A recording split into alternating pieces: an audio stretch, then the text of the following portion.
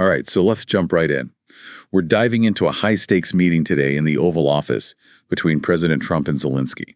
And this wasn't just like a photo op and a handshake and smiles. This meeting had some real tension. Oh, wow. Okay, so where should we even start with this? Well, what's fascinating here is we actually have a firsthand account from someone who was in the room during this meeting. And according to the source, things went off the rails pretty quickly. So wait, we're not just talking like diplomatic disagreements here. This was like a full-on blow-up. Yeah, pretty much. The public only saw a small part of the interaction. There was a lot more happening behind the scenes that led to this confrontation. Okay, so help me understand this. What was the meeting even supposed to be about in the first place?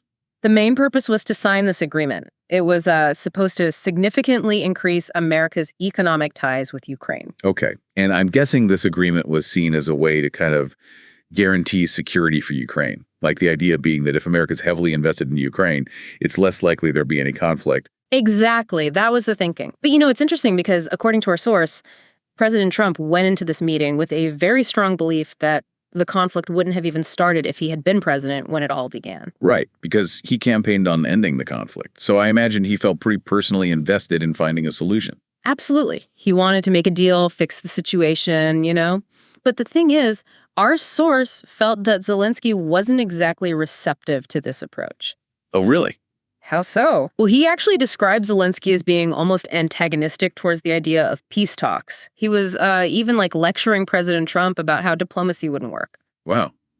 That's pretty bold considering the circumstances. Yeah, it was. And it really frustrated President Trump. He felt like Zelensky was undermining his efforts to bring about peace. The source even went so far as to say that Zelensky should apologize for wasting everyone's time. Okay, so that's a pretty harsh assessment. Why do you think there was this clash of personalities?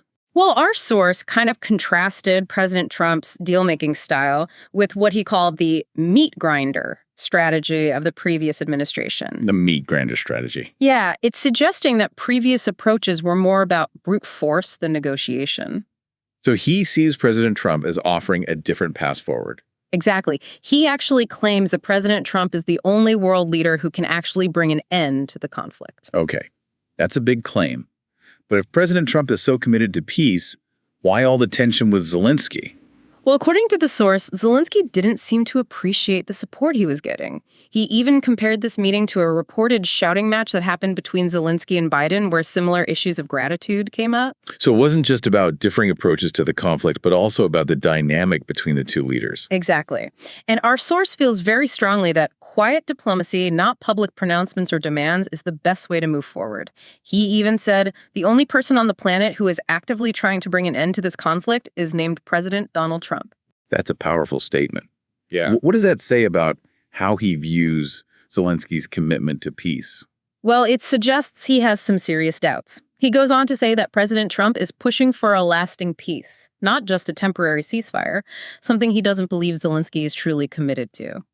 So we have a president who genuinely wants to end the conflict, but who feels frustrated by what he perceives as a lack of cooperation and appreciation from Zelensky. Yeah, that's a good summary. It kind of sets the stage for this other perspective we'll be exploring. It analyzes this meeting through the lens of power dynamics and this new form of diplomacy that President Trump seems to be employing.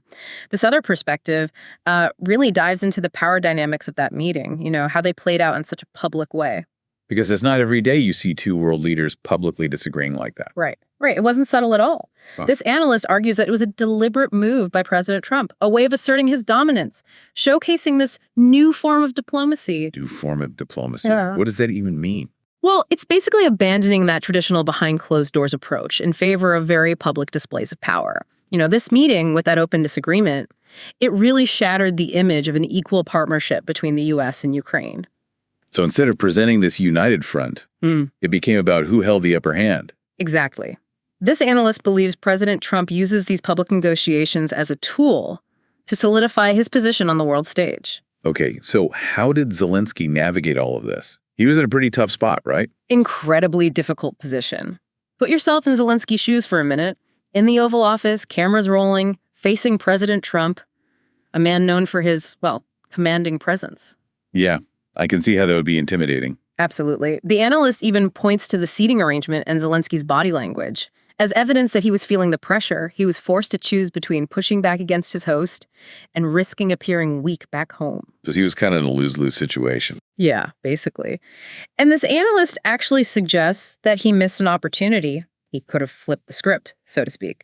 Pointed out that previous administrations had encouraged him to take a hard line in the conflict, putting him in this position in the first place. But instead, he ended up in this public argument with, well, the most powerful man in the world. Right. And according to the analyst that played right into President Trump's hands, it reinforced this idea that President Trump was the one trying to help, while Zelensky was being ungrateful. So this source is suggesting that President Trump is being, in a way, brutally honest about the power imbalance.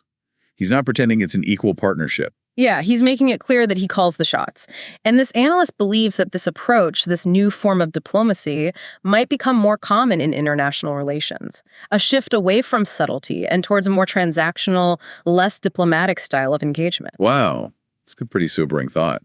What do you think the long-term impact of that could be? Hard to say for sure, but it's a big question.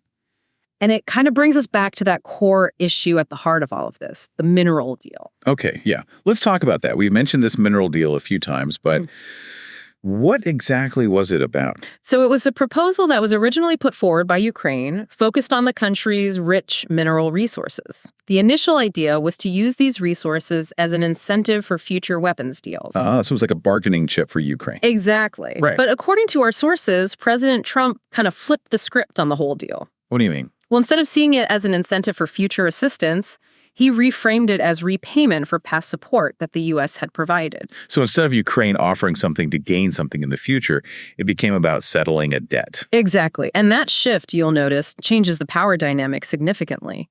Instead of being seen as a potential partner deserving of future assistance, Ukraine is now framed as a debtor obligated to repay past favors.